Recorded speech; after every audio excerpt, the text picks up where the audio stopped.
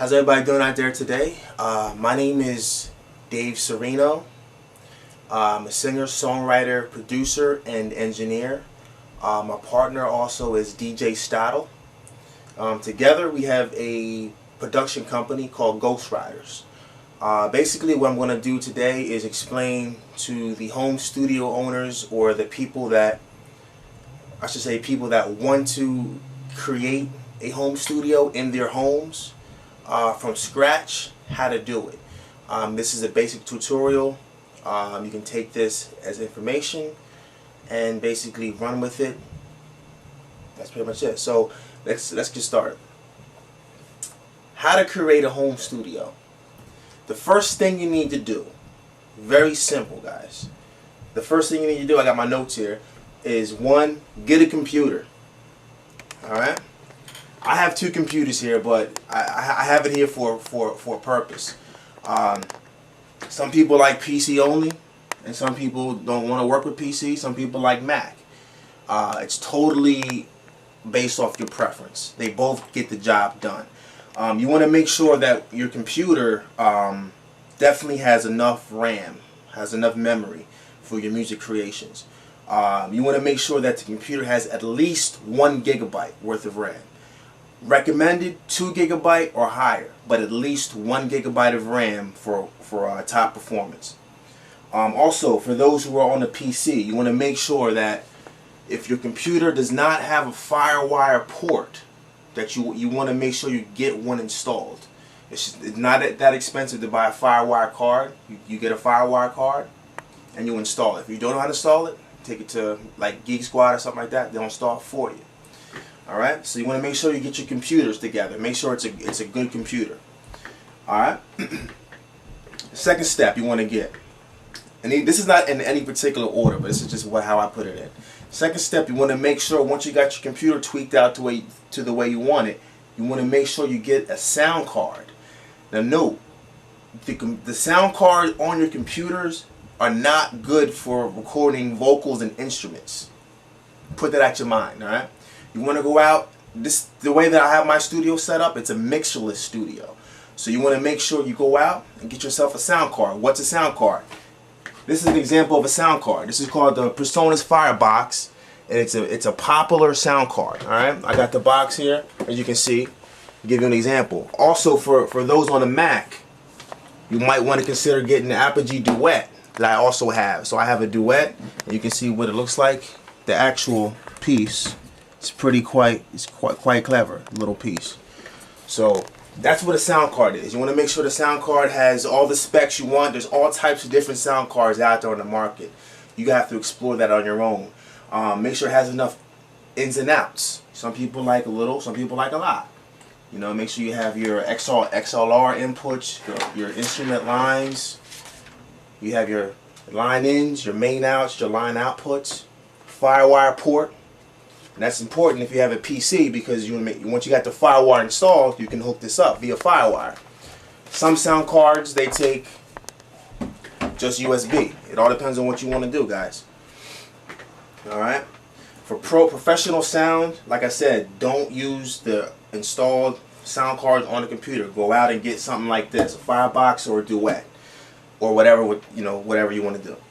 Alright, the third thing you need to get in creating a home studio, you want to make sure you get a package, a DAW, Digital Audio Workstation. Programs. This is a very touchy subject, because people, they disagree and whatever. You have to get what you want to get, what you like. All right. I personally work with Logic Pro. I have Logic Pro on the Mac. Okay. When I first started, I had Cubase, and I still use Cubase, and I love it. So I use it when I'm working on the Mac, on the PC. I use Cubase. All right. When I'm on my Mac, as you can see, I use Logic. It's like I said, it's a very touchy subject. You can use Pro Tools, Pro Tools LE, Pro Tools HD. You can use Digital Performer. Basically, you have to go out yourself and figure out what you want, what you need, and get that package, the perfect DAW that's going to work for you. If you're just a producer only, you're not doing any vocals, you want to just make beats, You might want to look at getting Reason. Reason 4 is out now. You might want to look at just getting Logic. You can make beats in Logic and not record vocals. You can do vocals and beats in Logic. You might want to look at also FL Studio. It's unlimitless what you can do and what you can get. The programs out there. All right. Now the fourth thing that you want to get once you have all that together, you want to make sure you have some monitors. Not regular monitors. These are regular speakers. These are good speakers for home systems. But you want to make sure you get some powered monitors. These are examples. This is an example of these KRK Rocket 5s of powered monitor. It's very simple. In the back you have your 1/4-inch cable that you can hook up right into your sound card. You hook the sound card into your computer via FireWire. You hook up the 1/4-inch cable from your speaker going into your sound card, the main outs. That's how you get the sound, guys. Okay? So you want to make sure you get your powered monitors.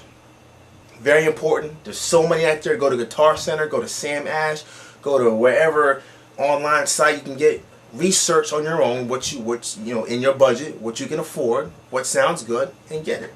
All right? The fifth step you want to get is basically what I call a workhorse. Like I said, I'm a singer, songwriter, producer, and engineer. So as a producer, and beat composer, I make my beats. I make my beats on Logic. DJ Stato uses Logic a lot. I prefer also to use my Motif. This is my Motif keyboard. This is my workhorse. This is where I make most of my tracks on the keyboard, and then I go into Logic from the keyboard. But you want to make sure you have something like this. It can be Motif, a Triton, a Phantom. It can be whatever. It can be an MPC. If you don't like keyboards, you can just use an MPC, or you can use both. DJ Styles is a DJ, so obviously he has his turntables here. So with turntables and the Motif, we're trying to get an MPC, whatever. It's an excellent combination. Also, we have the MoFat. This bad boy spits out some vintage sounds. And this, like I said, all goes into Logic. I can 1/4-inch into Logic. I can MIDI in to Logic or Cubase and make tracks. Like I said, it's unlimitless what you can do with this kind of equipment. Once you have that together, you want to make sure that you get some decent headphones. Very important for recording. We have the Technics. We have some Yamahas in there. We have, these are just for monitoring on the keyboard. You want to make sure you get some studio headphones. Now, I got to be honest with you. I went through a lot of headphones, alright? And these are the only headphones that came out on top, man. And I got the Yamaha, I'll go into that later. I forgot what the model is. I just got them. They're kind of old, but they're good too. But these ones, all the other ones, they crapped out on me. But these aren't like good. People say, oh, you gotta use like vocal booth recording headphones. I use these in the vocal booth because these things are sturdy. All right, these Techniques here. So you want to make sure you get some headphones. All right. The next thing you want to get, like I said, this is a mixerless studio. But it's always good to have at least like a small cheap mixer in your studio. I have a little mixer right here, a Behringer, or Behringer, however you want to pronounce it. Mixer. What we do is this. Why do I have this? It's simple. When I record vocals, I have DJ Sato engineering me in my vocal booth. Okay. Now he needs to hear what I'm doing, so that's why I have this mixer. So I have the mixer hooked up. I usually have this going into my Duet or the Firebox, going into the outs, as if they were replacing the speakers, so he can hear it on the mixer what I'm doing in the booth. You know what I'm saying? So that's why it's very important to have a small mixer with you. If you're not going mixer, if you're going mixerless, still get a little small cheap mixer. That cost me like $80-90. Okay.